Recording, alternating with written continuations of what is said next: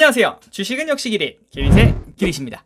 정말 오랜만에 돌아온 기업 사용 설명서입니다. 많이 기다리셨다고요? 요즘 날이 좋아서, 날이 좋지 않아서, 날이 적당해서 너무 바빴답니다. 이게 뭔 개소리냐고요?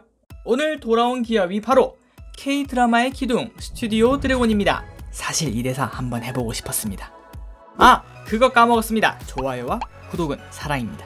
드라마, 여러분 드라마 자주 보시나요? 제가 어렸을 때 드라마를 생각해보면 어머니께서 저녁 시간부터 TV에 풀로 틀어놓던 기억이 납니다.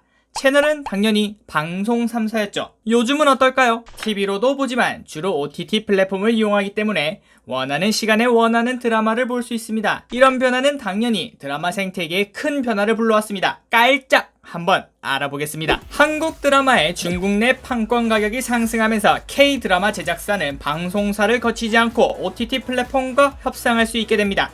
그 플랫폼의 중심에서는 당연히 여러분도 다 아시는 넷플릭스가 있습니다. 넷플릭스의 등장은 미디어 산업 수익 구조에 큰 변화를 불러오게 되는데요. 차트를 보시면 단순 방송사 납품과 넷플릭스 판매했을 때의 수익 구조를 확인하실 수 있습니다. 넷플릭스 판매는 선판매와 오리지널이 있습니다. 선판매는 일반적으로 제작되는 드라마와 동일합니다. 국내에 방영되는 드라마의 방영권은 넷플릭스에 파는 것이죠. 반면에 오리지널의 경우에는 넷플릭스에서만 방영되는 넷플릭스만의 콘텐츠로 제작만 대행한다고 보시면 됩니다. 보고 계시듯 오리지널은 마진이 적고 모든 권리가 넷플릭스로 귀속되지만 넷플릭스와의 관계가 돈독해지기 때문에 제작자 입장에서는 향후 좋은 대우를 받고 브랜드를 드높일 기회를 얻게 됩니다. 당연히 아무런 계약하진 않겠죠. 자연스럽게도 우수한 콘텐츠 경쟁력을 가진 대형 제작사 위주로 우호적인 환경이 조성되었고 다양한 OTT 플랫폼의 등장은 질 좋은 콘텐츠를 보유한 제작사에 더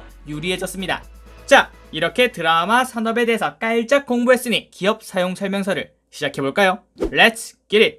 기업 개요. 2016년 5월 CJ ENM의 드라마 사업본부가 물적 분할되어 설립. 드라마 콘텐츠를 기획 및 제작하여 미디어 플랫폼에 배급하고 VOD, OTT 등을 통한 유통 및 관련 부가 산업을 영위함.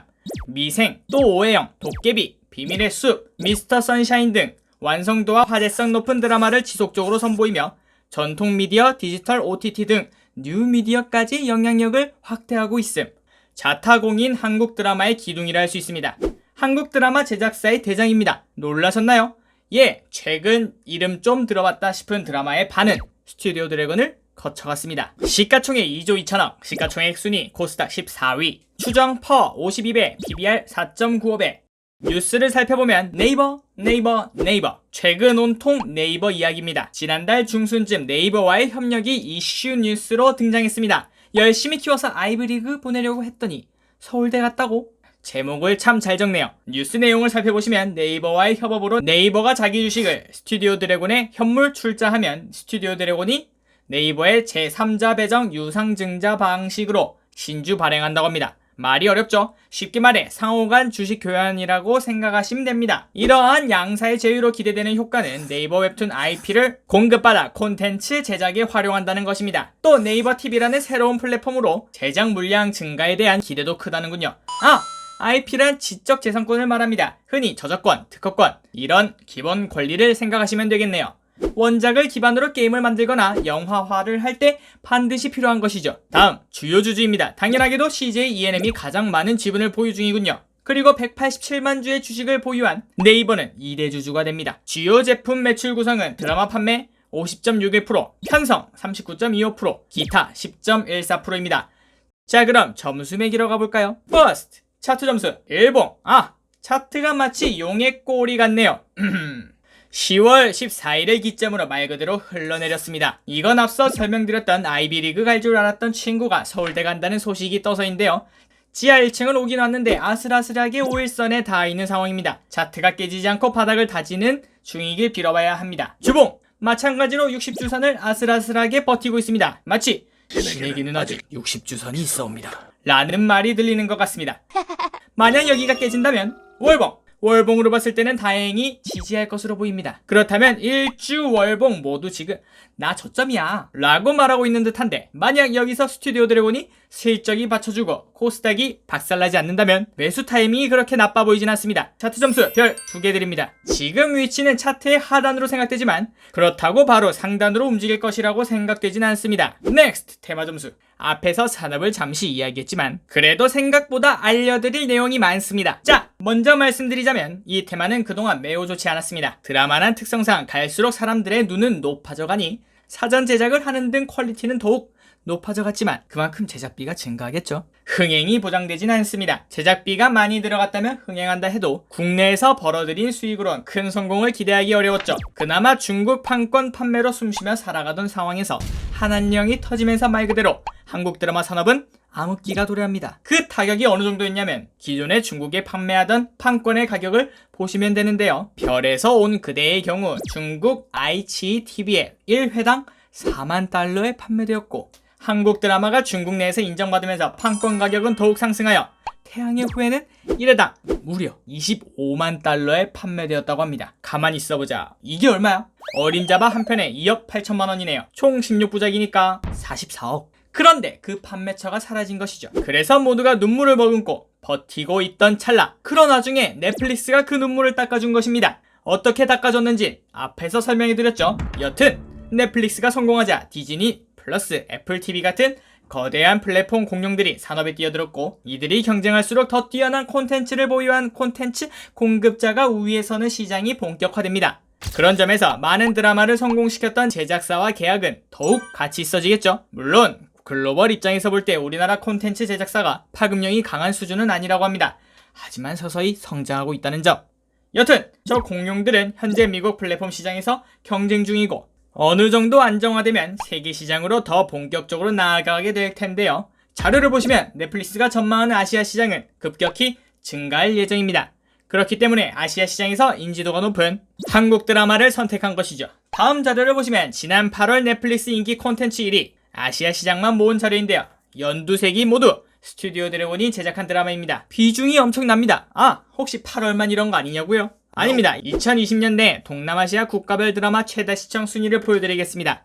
말레이시아, 대만, 홍콩, 태국, 베트남, 필리핀. 네, 왜 한국 드라마가 아시아 시장에서 인지도가 높다고 평가하시는지 아시겠죠? 또 올해 정말 우리 생활 패턴을 변화시킨 큰 사건이 있었죠? 네, 코로나19입니다. 코로나19가 세계를 강타하면서 생긴 변화 중 하나가 바로 드라마 제작에 차질이 생겼다는 점입니다. 한국이나 아이슬란드 외 몇 국가를 제외하고 넷플릭스 오리지널 제작을 국가에서 중단하였었죠. 그런 점에서 한국은 드라마 제작을 할 수 있기에 그 가치가 더욱 높아지겠네요. 아! 왜 계속 넷플릭스 이야기만 하냐고요? 그만큼 현재 드라마 콘텐츠 산업에서 떼어놓을 수 없는 중요한 포인트라서 그렇습니다. 하나 더 재밌는 거 볼까요? 드라마 중 더킹, 영혼의 군주와 미스터 선샤인을 비교해보겠습니다. 혹시 이 드라마 아시는 분? 네, 오늘은 손은 대지 마세요. 미스터 선샤인은 최고 시청률 18%를 기록했고, 더킹, 영혼의 군주는 최고 시청률 11%를 기록했습니다. 이 두 드라마는 같은 작가님이 쓰신 드라마인데 이분이 쓰신 다른 작품은 태양의 후예, 도깨비 등이 있죠. 다들 한 번쯤은 들어보셨을 겁니다. 태양의 후예는 시청률 38%, 도깨비는 시청률 20%를 달성했죠. 그 중에서도 더킹, 영혼의 군주 같은 경우에는 다른 드라마들에 비해 흥행했다 말하기 어려운 부분이 있습니다.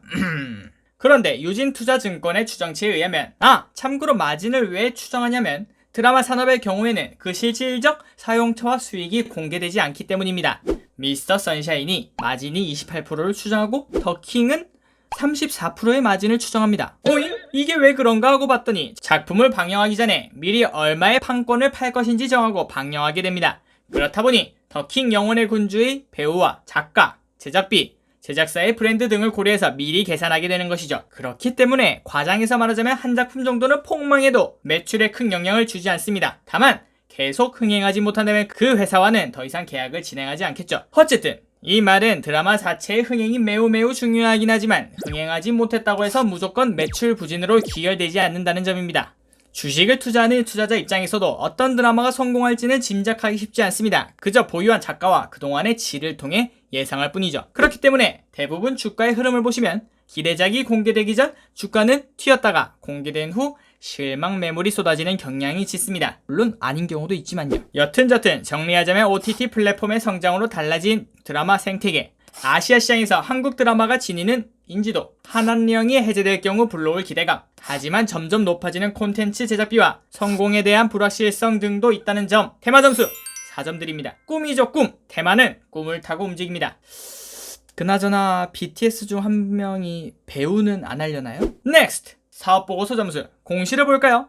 앞서 2019년에 스튜디오 드래곤은 2020년부터 3년 동안 총 21편의 드라마를 넷플릭스에 공급하기로 계약이 체결되었습니다. 그리고 최근 공시를 보면 역시나 네이버가 있네요. 11월 11일 신주 발행일이라고 보시면 되겠네요. 자, 그럼 빠르게 사업보고서 살펴볼까요? 사업개요입니다.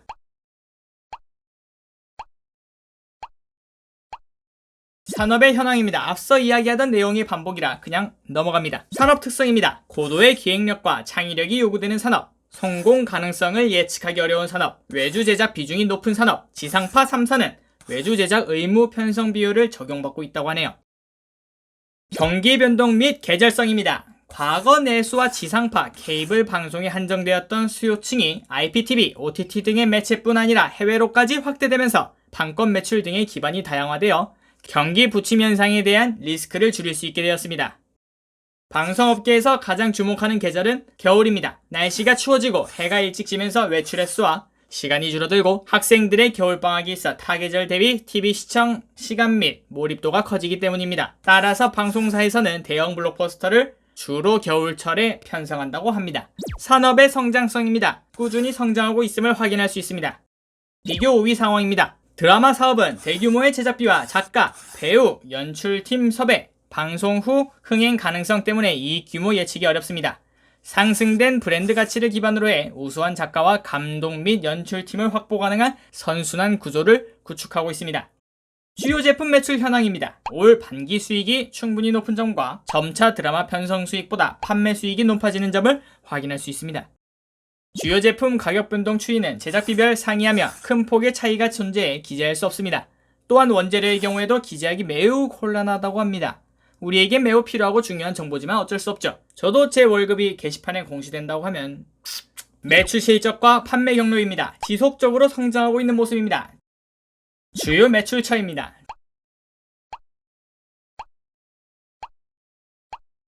주요 계약입니다. 드라마에 관심 있다면 들어보셨을 작가분들 이름입니다. 김은숙 작가님의 대표작은 태양의 후예, 상속자, 도깨비, 미스터 선샤인, 더킹이 있고, 김영현, 박상현 작가님은 아스달, 육룡이 나르샤, 뿌리 깊은 나무가 있습니다. 박지은 작가님은 사랑의 불시착, 푸른바다의 전설, 프로듀서, 별에서 온 그대가 있고, 노희경 작가님은 괜찮아 사랑이야, 빠담빠담 등이 있습니다. 다양한 장르별 유명한 작가와 계약 중이라는 점이군요. 드라마에서 작가만큼 중요한 것이 제작 능력입니다. 스튜디오 드래곤은 다음에 7개 연결 대상 종속 회사가 있습니다. 이 중 화앤담 피처스와 KPJ, GT스트는 제작사이며 문화창고는 소속사로 위와 같은 분들이 소속되어 있네요. 주요 연결 회사의 매출 현황 참고하세요.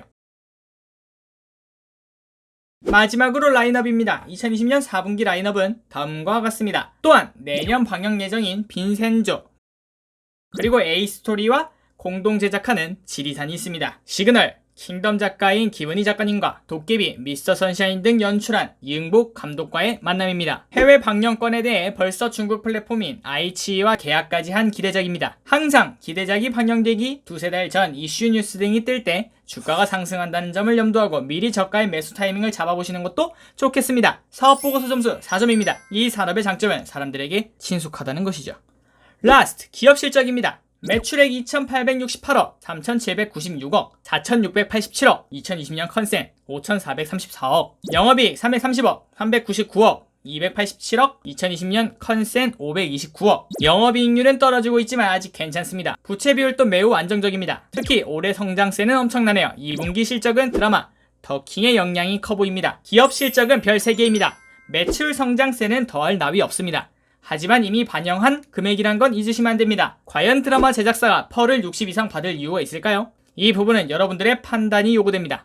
마지막으로 리포트 확인해 보겠습니다. 평균 주가 109,000원. 간단하게 내용을 살펴보자면 미국에서는 호텔 델루나를 리메이크한 TV 시리즈 제작 예정.